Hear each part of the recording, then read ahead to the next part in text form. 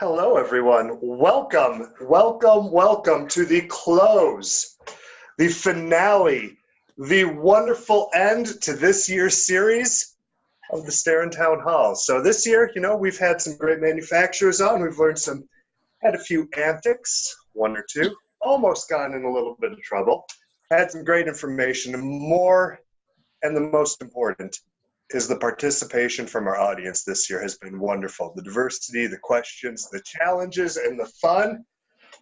So first and foremost, thank you all in attendance for coming back this year. If this is your first one, also I see a few new names. Welcome.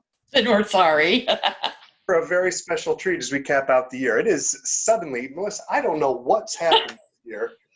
It feels like just yesterday we were like, let's start an AV Town Hall. Let's have it where it's mostly framed around questions from our dealers with key manufacturers. And we had this idea of, I wonder if I could, after staring at Chris Neto in a very popular Twitter photo from a previous Infocom that's circulated multiple times, let's have Chris Neto join us on a call. And then suddenly, Chris Neto joined the team here in 2019. You and I have had a lot of fun, and we blinked, and here we are at the end of the year. So everybody, what we want to do today is you have your key hosts, myself, Bobby Swartz, President Starin, Malissa Dillman, renowned champion of audiovisual, and Chris Neto, the personality that kicked us off last year and then joined the team shortly following. A little arm twisting there. No. That was my face when Bobby said, hey, you want to join the team? It's always ready. Sorry. What we want to do today is take this time to look back at some of the ideas that we've seen in 2019, some of the things that have happened that were unique, the highs, the lows, 2019, and more importantly, what we're seeing coming in 2020. And we can't do this alone because it's going to be a really short episode. So questions, comments, keep it coming in the Q&A section. Right there at the bottom of your screen, you see Q&A. Go ahead and ask questions, make comments. Give us your feedback, your thoughts. First thing is what was the high, what was the low for you of 2019, and what are the biggest challenges you might have? And let's see if we can address some of these head on. And as always, feel free to ask us anything. So since I typically moderate and only do the kickoff and then I give away stuff at the end, I'm going to go and turn it over to Melissa Dillman to kick us off and set the stage for some constructive, moderated content. Wow, you just ruined the whole show. Great. All right, constructive, huh? So, yeah, thanks everybody. It's been a lot of fun this year. Y'all stayed with us as we had power outages. Remember that? We had a lot of fun. We got a lot of great stuff. We are open to any questions you guys have for us right now, but talking about kind of a recap, let's start with our favorite things. One of my favorite things we had this year was having the pleasure of getting Chris Neto on the team. Mr. Neto, what was one of your favorite things? These are a few of my favorite things. There, see, now you got me singing, and that said that would never have happened. You know what? I am not that type of person who starts with the good. I like to get the bad out of the way, right? And I'm about to throw a wrench in your plans. What were some of the bad is the first thing that I'd like to get off my chest. Is that even possible? Can I start that way? The fact that you only have one blinker?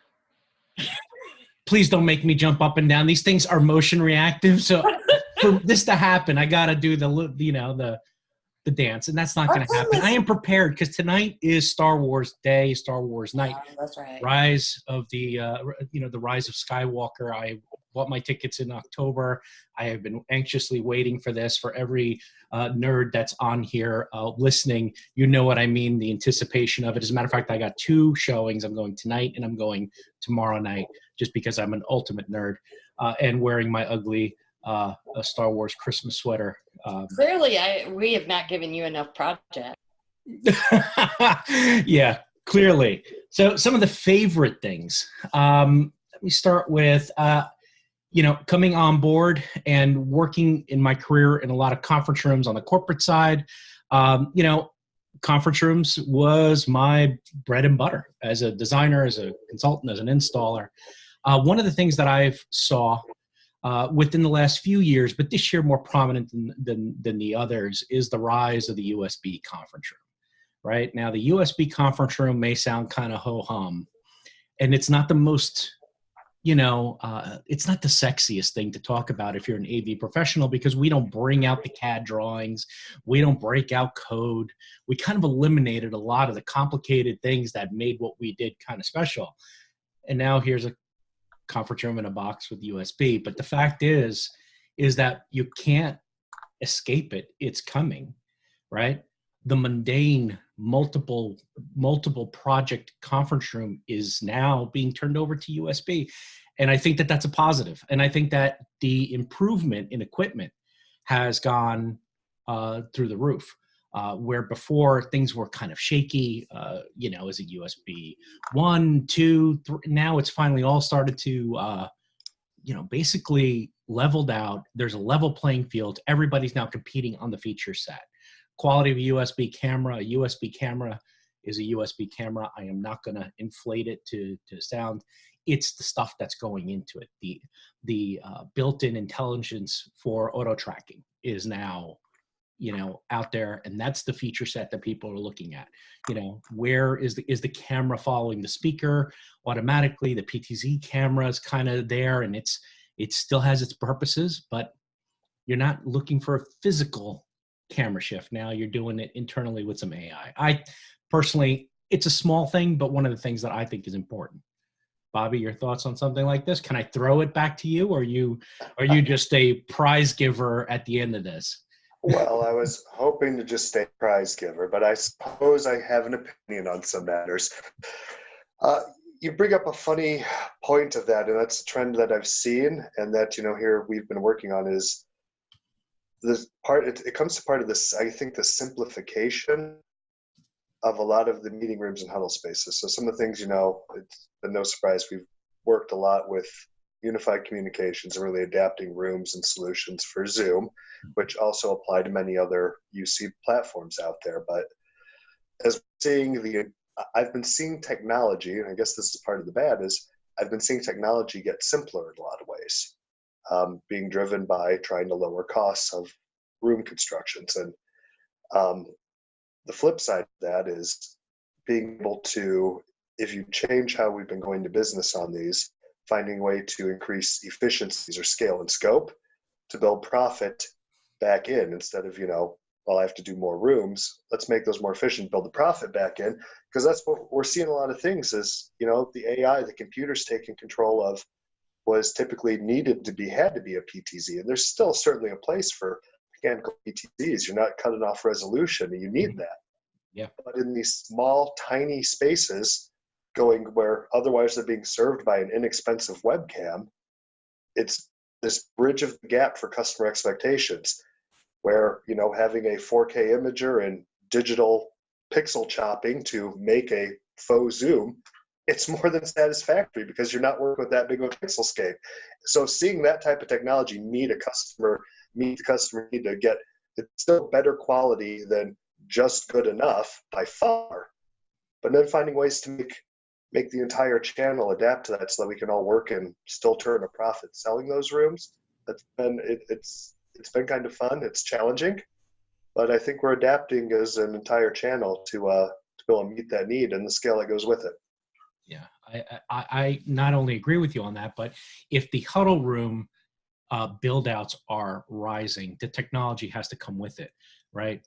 When I spent my time on site as an end user, those rooms weren't being populated with technology, and every user that went in there wanted something. It started with a screen. Then it came, hey, can we add a webcam to it, right? And then it was decided, oh, maybe we'll take the screen off the cart and put it on the wall because the cart was never in the room when they needed it. So that ended the sharing of stuff. And this is coming from places that I had over 40 buildings that I was watching a couple years ago, where it was, the first iteration of open space and these type of spaces, including huddle rooms. It was, oh, we're just going to share technology and move a screen around and do all that. That became very inefficient because these rooms weren't booked, right? So people were taking the roller screen out of one room, bringing it into another. The expectation that it was there, it wasn't. So now we had to find a wall first, because most of these were just glass, to nail a display to. Obviously, with glass, you had your challenges with, with projection, where the old school mentality, just bring a projector. It's funny. I worked for a company a bunch of years ago now. Sorry, my time is kind of scrambled, but I worked for a corporation a couple years ago where they handed off AV service, like delivering of projectors to the food service. It was great. You would order a bologna sandwich, your Diet Coke, and a 300 lumen projector all in one telephone call. It was the one-stop shop answer at the time. But so these spaces are increasing, right? Because the walls in the offices are going away. So they're looking for these small spaces. It made sense that the technology would finally intersect. And now that they're finally on the same plane, and the ease of use. So one of the things that it's popped up now on the screen. If you guys don't mind, I'm seeing it here in front of me with a question from Sean Boswell. We can go right to this question. What are some of the new and exciting things that are coming in the near future with Zoom that we can look forward to discussing with our customers in 2020? This is from Sean Boswell. Bobby, you have, and Starin in general has a very good relationship. That is no secret to the people that have been following us over the past couple of years. We have a very good relationship with Zoom. What can you give us in terms of what are the nuggets for some of these integrators that are out there looking to start having conversations? Because it's not too early to have conversations about 2020 implementations. This is true. And some of the things about Zooms, as we all know, they're changing the UC landscape quite a bit. Every year we see things, and some things that people think, oh, that's a little scary. How do we make money with that? Oh, it's a different product, or oh, they're onboarding some of these features into their software. How do we do this? Now, it's going back to that scope and scale first and foremost. So let's not. I look at everything that comes out with some excitement of, okay, how can we, if we know it's coming in advance, how do we turn that into a way to come to our customers, close more business, and repeat the scale? So for those who aren't at Zoomtopia, which is the Zoom Mecca, and you get to hear all the new coming year product announcements, some of the things that I thought were really exciting and it'd be good to know about because they're going to be released over the next year. One of the really cool things I saw from them is, again, all their research is always based on customer feedback. So it's on customer demand, and they have a lot of customers to pull this feedback from. One of the really cool features I saw was they were inserting the transcription module, which I know we've done this quite a bit, and this one's live now on Zoom. Right after Zoomtopia, they released it. It was giving transcription services. So meetings, webinars that are recorded, you can have a transcription with the speaker.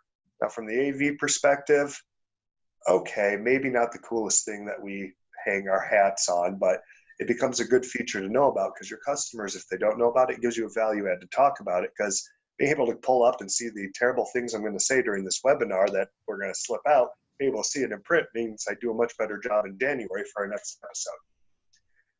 Aside from that, where it gets into some of the really cool technology, simultaneous interpretation is one that's coming. They've added in so you can have, if many multi-global companies do need simultaneous interpretation, and they've kind of built that model in with the idea of user feedback of not just you're just listening to one person, you're actively still kind of hearing the inflection. It ducks the speaker when you're listening to a channel, and then your live interpreter, you're tapping on a channel, and the idea was, I was like, well, it doesn't sound like a mess. They're like, well, no, in typical interpretation, you lose the inflection and you're only hearing what the interpreter says. So by listening to both channels, you're hearing the inflection or the intensity of the sound coming out when you're being yelled at because you didn't make your numbers, while the interpreter's carefully delivering it with very good enunciation on each word. So it's, unique feedback like that that's built in. And that's a new feature that's, I believe, in beta and some customers are using. That's a really interesting feature for Zoom. So how can we capitalize that or use that to our advantage when we hear our Zoom customers, when we're working on our audio systems, when we're working on building out the huddle rooms, or just knowing it's capable? Because when you, even in major building, you've got tons of huddle rooms all over, and having those meetings, like, well, knowing they have simultaneous interpretation capabilities, you can bring that solution forward to make sure people know about it. It's great to know. The last bit that I thought was really interesting, and I haven't seen a lot yet, but for the AV integration channel, this one does affect us. So it's a matter of knowing about it and how do we work with that to bring more value to our customers going forward, is Zoom's adding some basic control packages into their control software. So your tabletop controller is going to have some basic lighting, network control capabilities. It's not as powerful as a typical control system by far, but again, looking at what are the basic things our customers want to be able to do from our controllers. And it's just it's going to be built into their software. Knowing that in advance and how we can plan on utilizing that to, again, sell more hardware, sell scale, scope, capabilities, do it faster, easier, better, that's going to be able to lock in more business. So I see that as giving plus value, because the executive boardrooms, the places where you need the bigger control, those are always going to exist for us. So I don't see Zoom taking that out of our pockets. I see this is a capability that if we own together, we can really use that to all of our advantages to say, yes, plus one. Here's also what we're doing and what we're utilizing. I think that's a key thing to be aware of, because that's going to have an effect on all of us, because what's more fundamental than AV control? What's your thoughts on this, Melissa? As Melissa's muted, she's obviously... We've lost all audio. We've lost all audio from Melissa, but this is the blooper reel. She hasn't lost power, just audio. This is obviously... Oh, wow. Well, you know what? We'll get back. There it is. There you go. I knew we could get it. What's your thoughts? So one of my favorite things was Bobby was just in Florida. What? And we did a Zoom meeting, and he's like, see the palm tree? I'm like, yeah. I was like, I didn't realize he was in Florida. I thought he was using the new virtual video background. I was like, wow, he really did a good job with that. So the video virtual backgrounds, I think, are interesting. I think the being able to do the kind of weatherman over the top of your presentations, right? Getting that interactive as an educator, that could be a very interesting tool to use. So I'm excited to see how that comes out. With that, removing the hotel bedroom. Yes. That we've all dealt with and all of our customers deal with as road warriors. That virtual background, you are right. That's a good one, because that hotel bed backdrop. Oh, thank you, Melissa, for reminding. But we've all had to do it, unfortunately. Right. But I like having that ability that we can get rid of it now. So that's very cool. Cool. We have one more question on the Zoom thing. What is the next big trade show that Zoom will be attending in 2020, and where can we find out more information about your booth and products being featured? So their next big show will probably be ISE, right? That's where you assume. That I'd have to confirm. I assume they'll be present. I do know Zoom always has a presence at Enterprise Connect here in the States, which is usually a pretty big show. They have a pretty large booth, lots of products there. As you know, we try hard to make sure we have the full Zoom ecosystem, core components always available from Starin. So that might be a good opportunity to see that. Of course, Zoom will have, guessing has a large booth at InfoComm again this year coming up. Again, all the Zoom ecosystem partners, your Starin-friendly faces will all be there to be able to help guide through some of that hardware. Those, I think, would be the next three biggest shows that we can definitely work on, where you can see Enterprise Connect, though, and InfoComm being stateside are going to be the most convenient, I think, for those here. If not, by the way, that question came from Sean Boswell, who also asked that first question. So it was kind of he kind of put together a two-parter without creating run-on sentences. Thank you, Sean, for your question. If there's any questions, please, everybody, feel free. I know I'm the guest, but this is what happens when you invite me to a show. I kind of take over, and unfortunately, it happens. We're So, actually checking to see how long you can talk without taking a breath. But oh other than God, that, please don't even. You set a timer. I set a timer. I've got it. I'm getting used to this, how to talk in front of people, and how these classes are working out well. This is Oh yeah, yeah. You've always had a problem with that. yes, absolutely. So we've talked about some of the highlights. Do we want to go to the lowlights of 2019? Kind of things that I don't necessarily were bad, but kind of what did not What can we impress do? Let's frame it as what did we learn in 2019 as an industry? This same for the crowd here. What did we learn in 2019 that we can do better in 2020? I learned a lesson. How to sit in a chair? That lesson would be how to sit in a chair without it falling. Uh-huh. I'm sure that's going to show up somewhere on the internet now that's been brought up. My learning thing is that we can't control, we as distributors cannot control, nor can the manufacturers, cannot control tariffs being put out there. There are certain things that we as AV professionals can do. We can make audio appear like it's coming from behind you. We can make images magically appear from weird angles in front of you, but tariffs are going to hit you from the blind side. And that is something that I learned, that no matter how smooth the sale, everything is going, if something happens, boom, there comes this tariff. And next thing you know, the disruption in the wave. I'm trying to make these things go and blink. I can't. But anyway, do you guys concur with this? This is like the weirdest type of nothing we can do battle to fight. Do we even have a fight in this? Well, To me, hopefully this was a low light of 2019. Yeah, that was a hiccup, right? And that we overcame. Hopefully it's over now. But I think the one thing that we learned that surprised us, Bobby, when we were in the shows, is people are less concerned about speeds and feeds today. They're more concerned about the service. Can you support me? How will you back me up? Speeds and feeds, yeah, it's a USB device.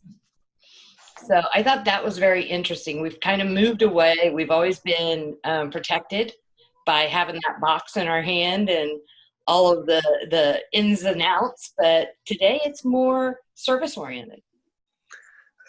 You're exactly right, because we heard that over and over. And we kicked off 2019, and it was this debate's been raging now for a couple of years on let's define AV as a service.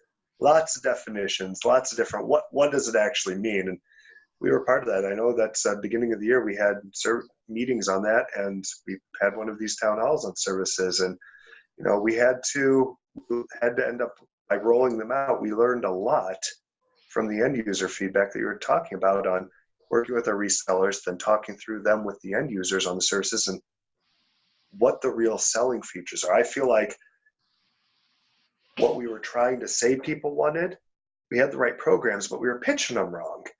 And everybody had a different definition of it. And as we start to work through these, and we've started to really move services with certain resellers, it's starting to get much more of a common definition. I see carrying in 2020, because it shows like it's Zoomtopia. Got all this cool product I want to show, and they want to say, well, how are you going to support me later on? But it's fine. It's a room. How do you assure what happens when something goes wrong? Yeah. What happens? How much does the capital expenditure? Is the way to get out of a CapEx? We heard that over and over. There is an easy way I can do leasing. I can use it through the integrator I already use. You can offer that through them, so I don't have to do anything different.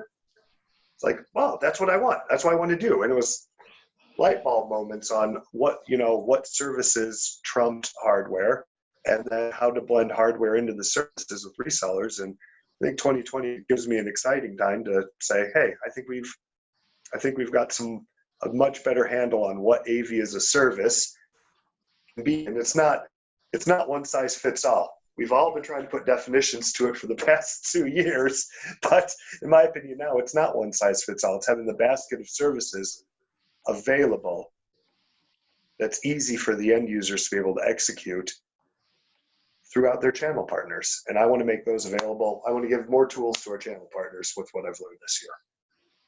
Bobby, you're 100% correct. I think the problem is in the name AV as a service. Service is not plural, and that's part of the problem.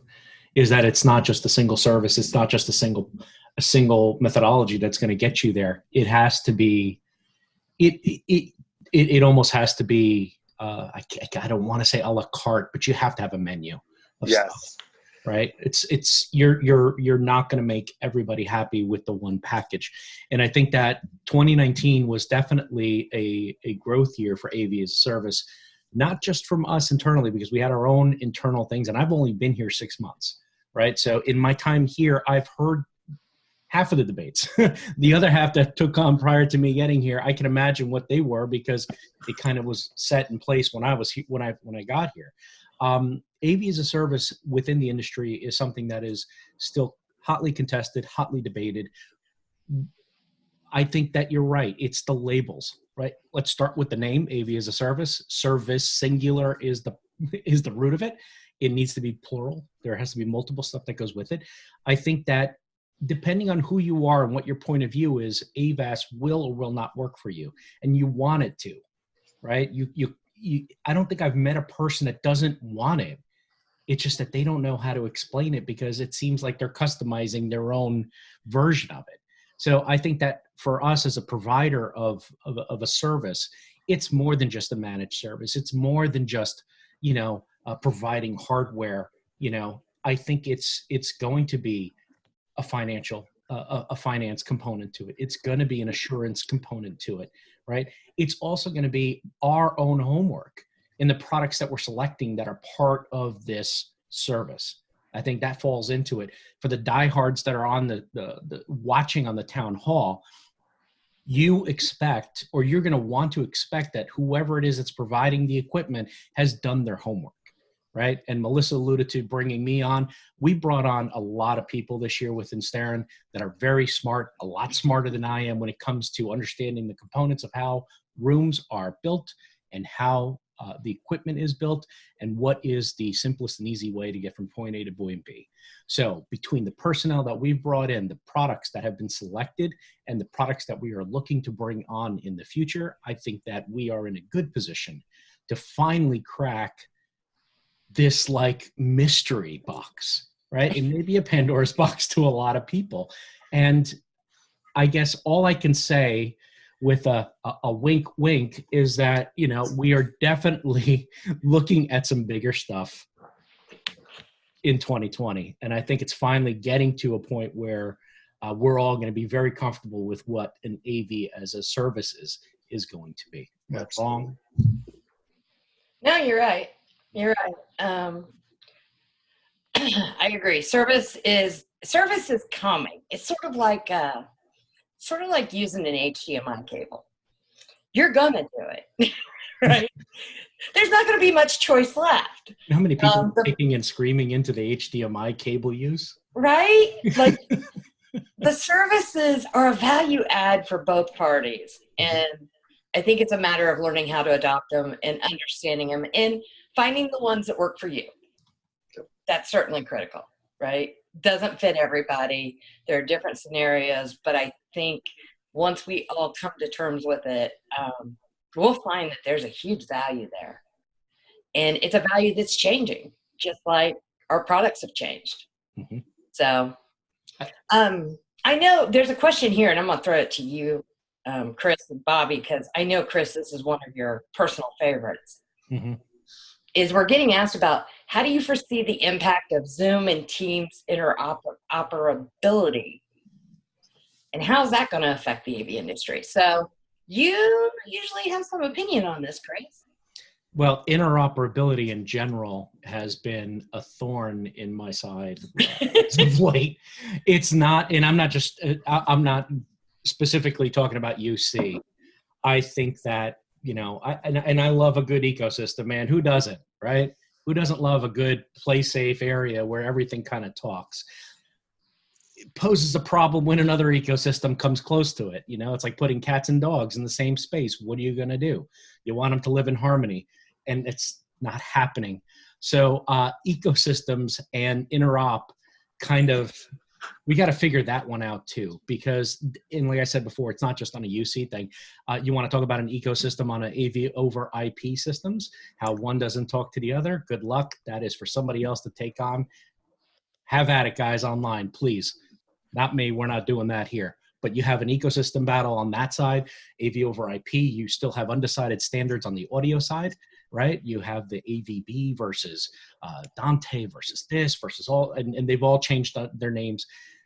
That's a struggle right now. And I think interop going into 2020 is one of the most, it's going to be the most contested, I guess, struggle within our industry.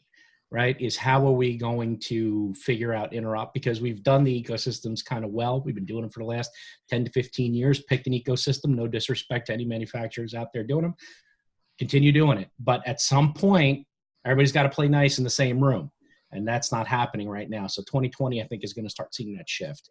And the question about Zoom Teams and interoperability, that is the holy grail. Right? You want to see that happen and happen quickly, right? The announcement of Zoom and Microsoft playing nice and everybody's starting to play nice. Those are the first steps in a bigger journey, right?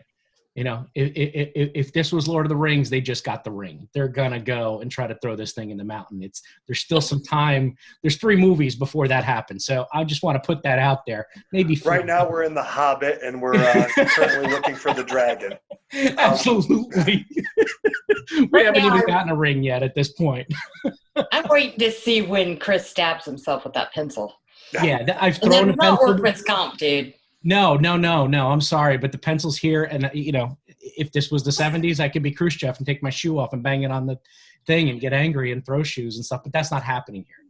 Bobby, what do you think about it? Yes, please. I love it. Here's the thing. You've got 2 major players working together for the total experience. Being able to launch, cross-communicate. This is about not, well, here's my box, here's my shadow box of software, and you have to play along.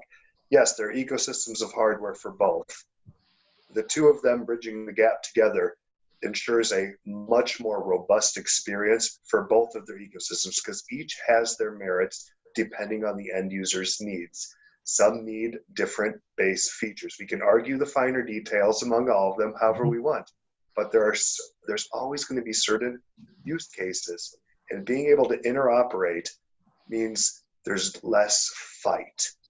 There's less, well, I can't communicate with you because you're the wrong house. So you have to pick an experience. Having a unified experience, I think is going to be huge, and it makes everything technically easier for us.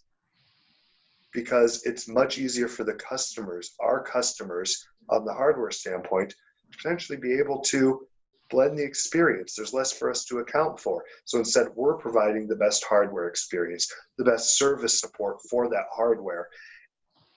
And we're not worrying about what's happening in different ecosystems because they're playing together. So, I think this also takes us to the, certainly to our theme for next year.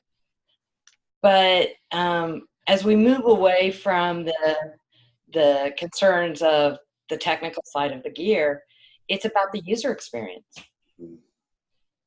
Finally, I think we're coming to terms with all the gear in the world doesn't matter if it doesn't fit the user experience or expectation. And this interoperability certainly addresses that. So I'm excited to see that the 2 of them can figure out a way to work together. I think that's really important. It's absolutely needed. At this stage, it's the next evolution of this. You've all they figured out how to make it work. Now have them work together, in unison is going to be it. In the past, we've gotten interop before, and it was based on the hardware. I think the hardware is not what the interop is about. I think it's now the service component of it and the features that are going to be offered in that. In the past, like I said, with VC type stuff, video conferencing equipment, when there was some sort of, you got to transverse this to that, it was very dependent on equipment and what brand you were using. I don't think the brand is as important anymore as the service connection to that. So I feel pretty good that the interop piece is going to be resolved, but this is going to take a little bit. I think Zoom has made strides with, getting together with teams to make this happen. So it's almost inevitable that it was going to come to this. So that's pretty cool. You know what else I learned this year? Mm-hmm. That puppies make trade shows way more entertaining. We did have a good year with that. We had a great year with the puppies. Reflecting back on that, I mean, it was an idea that you brought to the table. I had just joined in. Bobby was already all in on it. And when you said to me, I think we're going to do a charity that is close to you personally, and bringing it to Starin, the idea of working with service dogs, I think was great. We did not expect puppies to show up at a trade show, but talk about a mic drop. What was beautiful about that was it crossed all boundaries. There were no walls. There were no competitors. There were, I saw men in suits on the floor getting covered in puppy hair, and they didn't care. Mm-hmm. Everybody laughed. It was amazing the change that took place within the venue when the puppies came out. Mm-hmm. People laughed and smiled and were having fun. And I think sometimes we miss that target. We get very serious about our things, and that's okay. But I can't say enough that the industry stepped up and they went along with us on that ride. We were able to make a big dent in helping a service member get a dog. So from that aspect, that was something we learned, and it was a great accomplishment, I think, across the board. Yeah, and kudos to you for actually going above and beyond that, because not only did we do what we did at Infocom, what a lot of people on here may not know is that Malissa and her family actually brought one of the puppies home as part of the socialization of the puppy. I guess it would be one of their steps. They get trained and then they go off and learn how to socialize within a home. So Malissa had been fostering a dog named Ferguson for the last few months. Ferguson we would get pictures of Ferguson in our yammers. We would follow along on the Instagram for Ferguson as Melissa's daughter was kind of becoming the dog's like best friend and handler. And we saw Ferguson go from being kind of just a working dog to actually being a family dog. And now he's back and he's getting ready to go to the next step of that. And awesome. I mean, for anybody who wondered where that went after Infocom, we just did not just drop it.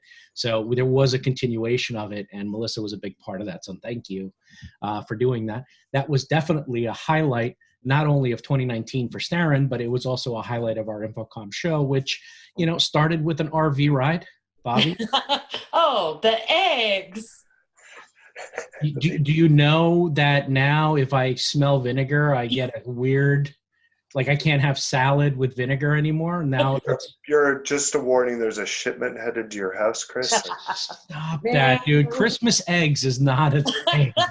Christmas and for those that were not on the live feeds while we drove down from Georgia to Orlando, Bobby kind of got pickled, deviled. They were just pickled. No, they were pickled jalapeno eggs. Yes, they smelled and tasted as bad. And I would like to thank everybody who donated to the charity. Absolutely. Chris and I eat those the entire drive down. That was awesome. Truth be told, Bobby liked them. I didn't. So thank you. For the people that were going out there and dropping the money into the tip jar for the charity, we did raise some extra funds that we were unexpected. But as Bobby has said, it was the best $4.35 he's ever spent on a jar of eggs. It raised plenty for our service animal charity. And that's another thing that we did that was new and different. Was the live stream from Atlanta down to Orlando for the trip to Infocom. Yeah. And we learned all about how many dead spots there are in Nowhere Land, Georgia. So from that trip, we learned that 5G is still just a myth. Right? And you can't figure out 3G. 5G is still a myth. So cell phone companies, yeah, that one's on you. It was a great trip though. And it was a lot of fun. We had Megan with us, which was awesome. Yep. So that was a good time. We're not doing it to Vegas. No, that's something we learned this year. But speaking of resolutions, Uh-oh. What type of resolutions? I'm going to challenge both my cohorts here for AV channels. What resolutions do you think we should be adopting? And I'll kick this one off so you're not completely put on the spot. But resolutions from what we've learned this year and what I want to see next year is I plan on challenging myself, my company, and my manufacturers together with what we've learned in 2019 to really step back and focus on our service offerings. Not that we need a program, I'm talking stepping back to the fundamentals to reevaluate is this policy on how we treat our customers or how we handle situations or how we interact with our customers, user. Are these the best way to do it and the best experience? Or is this just something the way we've done it for so long in our industry? Things from how we offer our warranty services to how we interact or communicate between an end user and an integrator, or how long it takes to process when somebody's room's down from hardware or troubleshooting. I'm going to challenge our organization to get on top of that and change the way we do things and reevaluate everything. And at the same time, I'm going to challenge my manufacturers that as we learn things together, let's change the model together because, like I said earlier, the biggest thing we learned is how do you support me is the number one end user question we got at a technology show. So I want to arm all of my customers, the channel, with the ability to answer that question in a way that is much more powerful than ever before. And that means I want you to know I got your back. So that's my resolution for the coming year based on what we learned in the last year. And I agree. And along that line, it's about culture as well. Properly aligning the cultures is critical, right? Like each company has its own culture, and how well they do follow up and do that engagement is super important. And we're lucky. We work with a lot of great organizations. Mm-hmm. They've helped us out with some of these crazy harebrained ideas I come up with for InfoComms. They're always the ones that step forward and said, yes, I want to be a part of that. So maintaining that culture, I think we have for Starin next year, it's a bit of a dynamic shift. We've graduated up. Our president became CEO. Our VP became president. And so we're growing up, right? So empowering people, managing so that customers and the experience is positive. Always solving the problem, I think, is going to be a really big resolution as we move forward in 2020. And making sure that Chris can get his blinkers working. That's going to require some dancing. I have my own personal resolution, which is kind of, it falls in line with the Starin stuff. And simply, I spend a lot of time on the internet, and a lot of the stuff is because I'm trying to get a pulse of where everybody who is actually on this town hall right now, where their minds are at, right? I think that one of the things that companies in general, and one of the things that brought me to Starin is that, you guys are looking for that feedback, and you appreciate that feedback as far as, hey, listen, integrators can't do this because this is not available. Are they limited by technology? Are they being limited by the services that are being offered? Are there better products out there that they're not aware of? So a lot of the time that I spend online is getting a pulse of what the attitude, the feeling, and everything that people are out there talking about that is important to them. It's funny because people will say that social media is a place where you're going to go ahead and post your recipes and your menus and what you ate. You would be surprised that in between a picture of somebody's pizza, the complaints and the wishes and the hopes and the wants of what their room should be, what their technology should be. And man, I wish something does that or doesn't do it. I've watched somebody like Chase McLeod who couldn't find product and made his own.